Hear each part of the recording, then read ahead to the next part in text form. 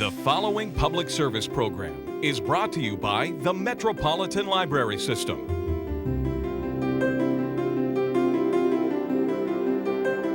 And now, Read About It with your host, B.J. Williams. We have a great show for you today, including a talk with Edward J. Perkins about his autobiography, Mr. Ambassador, Warrior for Peace. We also have children's author Tammy Sauer talking about Cowboy Camp. But first, Doug and I are going to tell you what we have been reading or thinking about the last week or two. Boy, that's quite a promise there. Yes, it is. Part. Well, I have told you about a number of books by Lindsay Davis. Mm-hmm. She writes the mysteries in not quite Republican Rome. It's empirical Rome at this point. Her latest book has come out after a hiatus of about a year and a half due to all sorts of publication complications between England and the United States. She is an English author. Mm-hmm. But See Delphi and Die is another Marcus Didius Falco novel. And obviously it is a travelogue. Now, she has taken Falco out of Rome on several occasions. This time he actually is on a tour. A couple of young women have died at Delphi, young Roman women of note. And his brother-in-law, who is supposed to be studying the classics in Athens, has got himself tangled up in it, so he's got his mother-in-law on his tail saying, "You need to go over there and save my boy." So poor Marcus, he gathers up his entire household and tries to do Greece on the cheap. But Davis is a pretty funny writer, not to everyone's taste, but if you like good historical information about Rome of a certain period under Trajan, Vespasian, then this is pretty entertaining. And here's what he has to say about the family of one of the murdered girls. The Tulii lived on the Argiletum. This hectic thoroughfare leading north from the Curia passed itself off as a prime address. However, it had a bad reputation for riots and rip-offs, and the private houses there must be frequently bothered by street brawls and bad language. That told us the family either had over-grandiose ideas or old money that was running out. Either way, they were bluffing about their importance. And that's pretty much the whole book. The mystery is, not that much to it. Interesting characters, a very good historical setting. See Delphi and Die by Lindsay Davis. The library has purchased it. I don't think it's on the shelf yet, but it will be coming. And if that has inspired you to do tours or to take any kind of a trip, yes. What's on in the world and when? It is a really neat little book. It is written by somebody who works with the Globe Trekkers World, which is on PBS and also on an HD station of festivals. It's arranged by month around the world. You can look up January if you want to take a trip in January and want to see something out of the way. They have festivals all over the world. They also tell you about the beaches that are there. It is not the only guidebook that you would need, but it can certainly inspire you to go see what the rest of the world is like before we all become just another McDonald's parking lot. It's maybe too late. There is one extremely useful bit of information in here. It said when you are getting ready to travel, lay out everything that you want to take with you, put it in your bag, and go up and down the stairs 10 times and decide if you really want to take everything. Take that weight, huh? Yeah. Right. Best advice I ever heard. Now, you haven't been reading so much as plotting, have you? That's right. That's what I have been reading. And we'll hear about that in weeks to come. But I've been doing a series of programs for the library system this summer. Creature Feature is the name of the summer at the library program for teens. And I've been working with that, and we've been showing a series of Creature Feature movies. Yeah, we did a bunch of them in June. We still have a full slate ahead in July. And I thought I would just talk about that and let everybody know that that's going on. And what we normally do is we talk for maybe 10 to 15 minutes before the movie starts about the film, something interesting about it, interesting by my definition of interesting anyway. Then we watch the movie, and if people, it's mostly teens who show up for these, if they have any questions afterwards, well, we chat about that for a little bit. But Is this at the downtown library? It's everywhere. Everywhere. It's everywhere. This is the schedule that's remaining for July. At the Edmond Library on July 8th, which is a Saturday, 1 o'clock, we're showing the movie The Seventh Voyage of Sinbad. These are all fantasy-oriented. Seventh Voyage of Sinbad came out in the late 50s. It was made by the great special effects man, Ray Harryhausen, with the stop-motion animation technique that was, really all top of the art, at that time. And it's based on themes and some of the story ideas from the Arabian Nights, the Sinbad stories in the Arabian Nights. On July 13th at 6 p.m., I'll be out at the Choctaw Library, and we're going to show the monster movie, Frankenstein, the original from the early 30s, the Boris Karloff Frankenstein.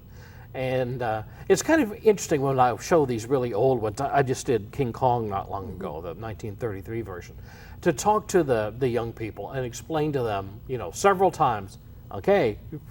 It's in black and white. It's in black and white, and indeed some of the acting is not as natural as you might be expecting it to be today. So we talk about that. Then at the Village Library on Tuesday, July 18th at 4 o'clock, we'll be showing the movie Labyrinth, which is a new one, and it is in color. It was directed by Jim Henson, the man who created the Muppets. And it's done mostly with puppets, but not the traditional Muppet characters. And it's more a standard fairy tale with a lot of Alice in Wonderland in it. And then we're going to wrap up the series at Midwest City Library and I don't have a date on here for this one. I'm sorry, well, folks. people can go to the website and get all that. But we'll be showing Dracula, another one of the old classics. So come on out and watch the movies with us. We can have some fun with this stuff. Great. Next, every year I get to go to the Oklahoma Book Awards and interview some of the finalists there. And this year, one of them I talked to was Tammy Sauer. She is a children's author, and she wrote a delightful little book called Cowboy Camp. Tammy, what gave you the idea for a cowboy camp? Well, that idea actually knocked on my door. One night, after I put my kids to bed, there was a knock at the door, and I answered it, and there was a young boy at the door, and he was selling newspaper subscriptions because he wanted to attend a dude ranch. Well, when I looked at this boy, he just looked like the young cowboy to me, and I knew I had a story. So when I wrote Cowboy Camp, I wanted to write a story about a boy who didn't look the part, couldn't do the cowboy things, but in the end, he ends up being the hero. Well, he certainly did have trouble doing the cowboy things. We find out that he's slightly allergic to an essential item of cowboy gear. It's a sad thing for Avery. It turns out he's allergic to horses. And so while all the other cowboy campers are riding horses, Avery's riding the cow instead. And he can't eat beans every day, can he? No, he finds out he doesn't like grits and beans like all the other cowboys. Instead, he has to eat cheese and crackers. And he can't believe it because all the other cowboys are doing all these other things, but he just doesn't seem to fit in. Yeah, he has a lot of trouble with that because I think the other cowboys are laughing at him just a little bit, aren't they? Well, he just feels like he just doesn't fit in with the group, and I think everybody's experienced that feeling at one time or another, so I think a lot of people can empathize with Avery. Well, he ends up riding a rather unusual animal. It seems to fit with cowboys, but I'd never thought of cowboys actually riding. Well, Cowboy Dan, who's the head of Cowboy Camp, instead of having Avery ride a horse in which he's allergic to, he offers Avery the chance to ride a cow instead. And so this again makes Avery just feel a little bit humiliated because he so wants to belong, but he's just not finding the way he can do that. Now, this story is for what age group? It's geared for 4 to 8 year olds. So it's something that a mom or a dad or a grandparent would enjoy reading to their child. Definitely. Maybe right before they do go to the dude ranch. Exactly. Well, I've heard a lot of my friends who read it and friends of some family have emailed me and let me know that their kids, after hearing Cowboy Camp, they like to pretend that their food is grits and beans. And my niece, who's 4 and is precious, one day she was just pretending she was Black Bart. She was doing pretend play and she was acting out like she was the bad guy in the story. So it's really fun to see how the story's just affecting other people and how it's carrying on. Well, I am fascinated by writers who have the ability to talk to young children. I confess I'm not sure what to say to them after, "Hi, what's your name?" Oh, they've been so sweet. I used to be a library media specialist, so I have a little bit of help in that background, and I used to teach pre-K, so that was fun. And usually when I go in to do school visits, I do a little storytelling and I do a little magic trick because magic kind of gets their attention. And they've just been really sweet. And one of the little girls, she's a 4-year-old, after I visited her class, she went up to her teacher and she told her, she's like, "Tammy Sauer's a rock star." And so that's just like an inside joke whenever I go to the school. They're like, "There's the rock star." So it's really been fun for me to interact with kids, especially I've heard from some people who their kids are reluctant readers and that they've really grown to like my story and they're actually picking it up on their own and reading it, and I thought that's really great to hear.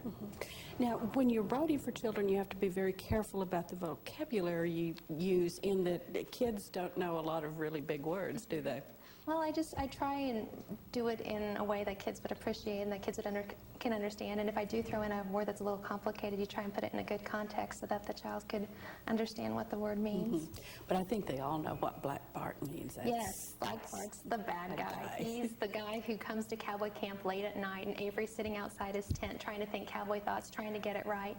And Black Bart arrives and he decides he needs to put an end to cowboy camp because it's turning out too many good guys and it makes it too hard to be a bad guy. And so it's up to Avery to figure out how to deal with Black Bart and save cowboy camp.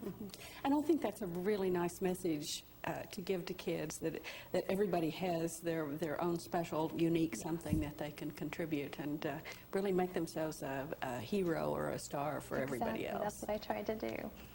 Well, I think you've done a great job with cowboy camp. Thank you so much. An evil Black Bart gets sent away. Now, are you working on another book? Actually, yesterday I just received my contract in the mail for a 2-book deal that I have going with Dutton Children's Books. I have a picture book called No Baloney that's going to be coming out probably within the next 1.5 or 2 years. And it's about a frog he is an excellent frog. He can do all the frog stuff great, but he decides he needs something more, and so he decides he needs to go to elementary school. Oh, no. And he finds out that his regular frog ways aren't appreciated in elementary school.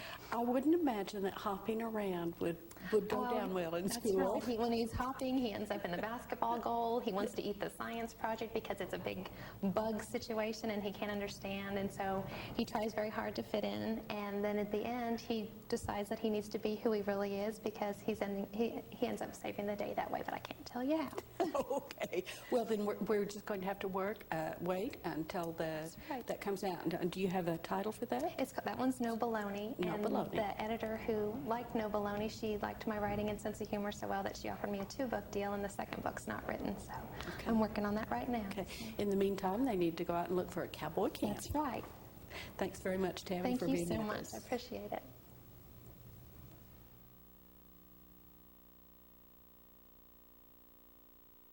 Anita Rossler is here with me today. Anita, hi. Welcome back to the show. It's been a while since you came in and taped some episodes with us. Yeah, it has been. Thank you. Anita is the Library Senior Services Coordinator, and we like to think of her as a knitting fool. Well, I like to think of you that way. But you're real handy with the needles. What have you got for us today? Well, today I want to talk about a particular author, knitting author, named Stephanie Pearl McPhee. Okay. She calls herself the Yarn Harlot, and I just am not really sure. I did hear that, didn't I? What you said? Okay. The Yarn Harlot. I'm not really sure what that is all about. Can't quite reconcile that, but she's a very an excellent knitter, and she's also very funny. And she has written several books. 2 of them the library owns, and the third one I think we're going to be purchasing.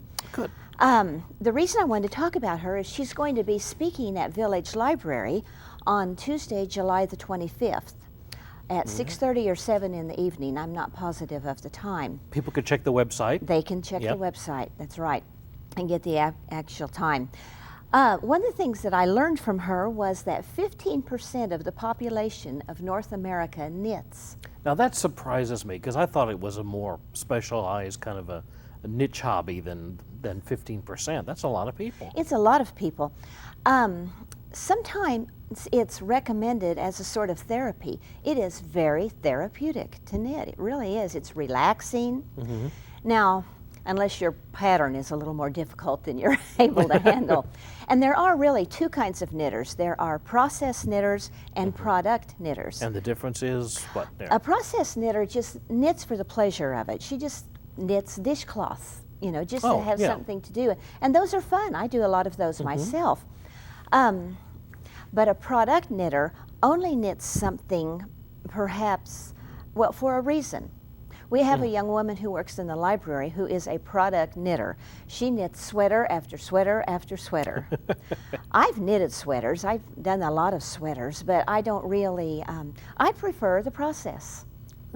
Now, is it just, does your mind wander when you're knitting? I mean, once you learn to do it really well, you don't have to think about what you're doing, I guess, huh? Again, it depends on your pattern. I guess, If you have a pattern that is only 2 or 3 rows repeat, then you can do that very easily. I can even read and knit at the same time. I could see watching television and knitting. Well, I do that too, but you have to have a little stand to prop your book on, but I can do that if it's a very, very simple pattern.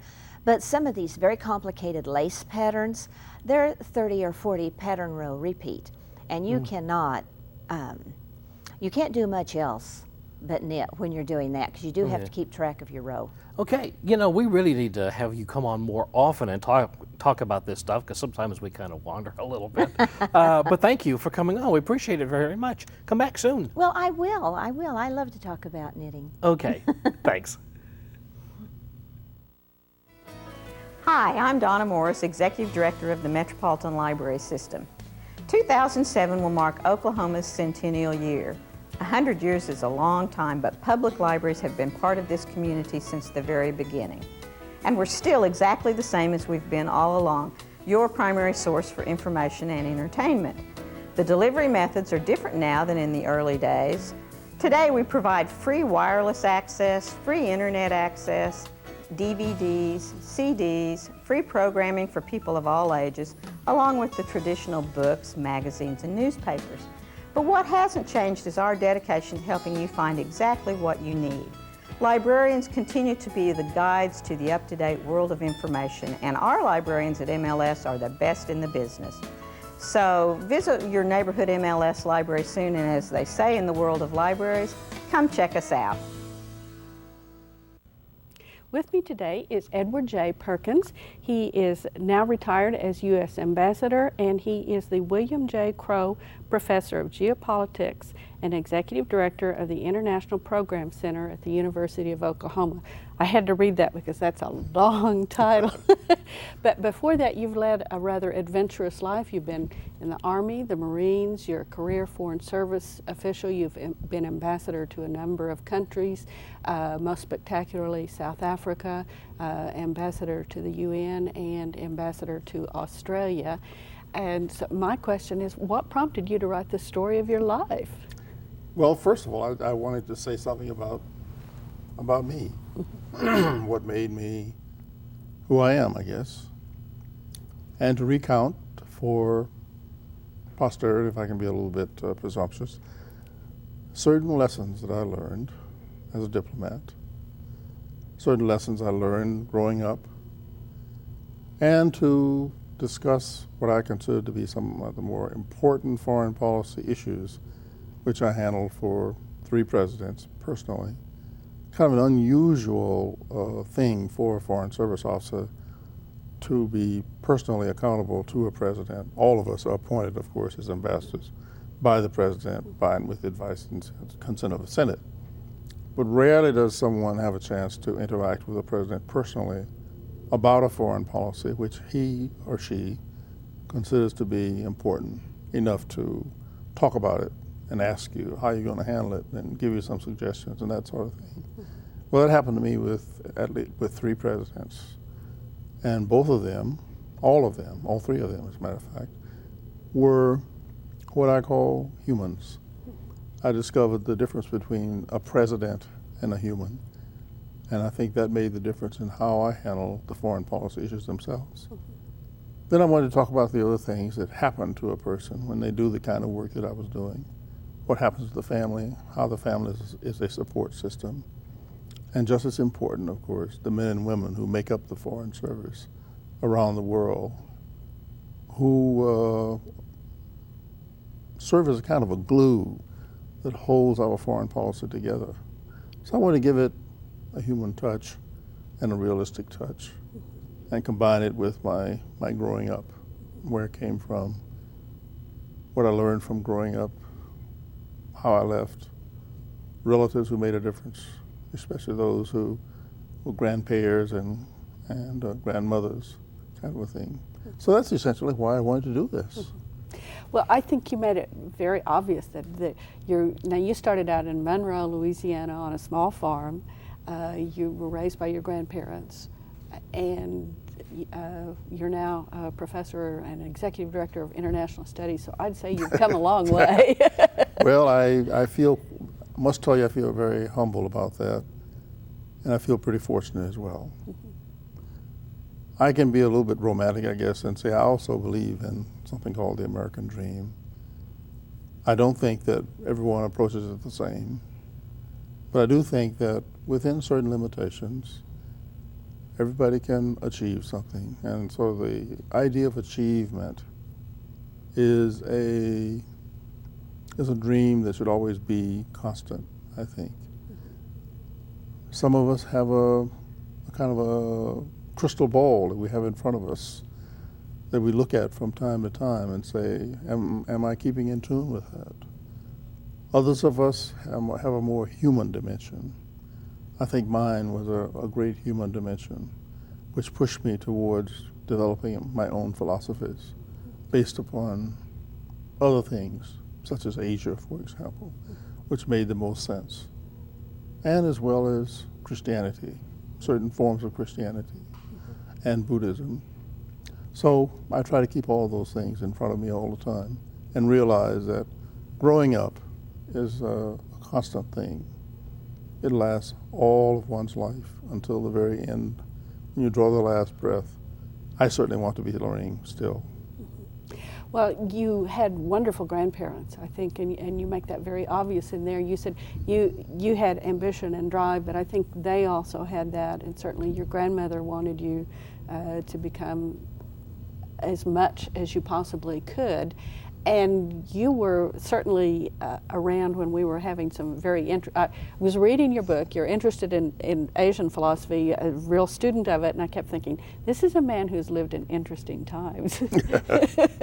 But you have been a witness to some dramatic changes here in the United States as far as integration and acknowledgement that Americans come in all colors and should not be limited by the color of their skin or, quite frankly, what state they grew up in. And I imagine that that really deeply influenced your approach as an ambassador, too. More than you can imagine, frankly. I think not the only key, but a great power for anyone to have is to be a citizen of this country, to be born in this country or to have become a naturalized citizen, whichever, and to recognize that this is a great experiment that we are in, started by our forefathers. When I read the words of Jefferson and John Locke, Lincoln, for example, Franklin Roosevelt, Kennedy, Carter, Lyndon Johnson, Ronald Reagan, I realized that these were extraordinary individuals who stepped up to the line and said, let me see if I can't serve the great ideas that were put forth by the founding fathers. And so our Constitution, our Bill of Rights, is a human thing, as long as we're in revolution, trying to make things better. And we've been in revolution since 1776, and we've got a little bit better every day. And that means that we make ourselves extraordinary people. No one else does. No little people. We're people who are made great by what we do. And that's what I live by. That is a very challenging thing to live by. It is indeed. George Bernard Shaw and Bernard Baruch, Martin Luther King, Nelson Mandela, Gandhi, all live by that kind of a light. They all live by a code which said they wanted to be thoroughly used up when they passed on to whatever reward they are destined for. I want to do that as well, but I also want to hand it on to other people Because I think every citizen needs to think that they have something that they want to hand on to future generations. That's what makes us believe in something called reincarnation, I guess. Or certainly we the people. That's right, we the people. And it's up to us to do something about it. Precisely. I think that I got a great lesson from Alan Paton, who said our Constitution made us better as a people than we would have been without it. I think that's a great statement. And I think that's a wonderful place for me to say thank you very much for being with us. It's been great being here, and thank you very much for having me. Thanks. Edward J. Perkins' book, Mr. Ambassador, Warrior for Peace. You can find it at your library and your favorite bookstore. Hi, I'm Donna Morris, Executive Director of the Metropolitan Library System. 2007 will mark Oklahoma's centennial year. 100 years is a long time, but public libraries have been part of this community since the very beginning. And we're still exactly the same as we've been all along, your primary source for information and entertainment. The delivery methods are different now than in the early days. Today we provide free wireless access, free internet access, DVDs, CDs, free programming for people of all ages, along with the traditional books, magazines, and newspapers. But what hasn't changed is our dedication to helping you find exactly what you need. Librarians continue to be the guides to the up-to-date world of information, and our librarians at MLS are the best in the business.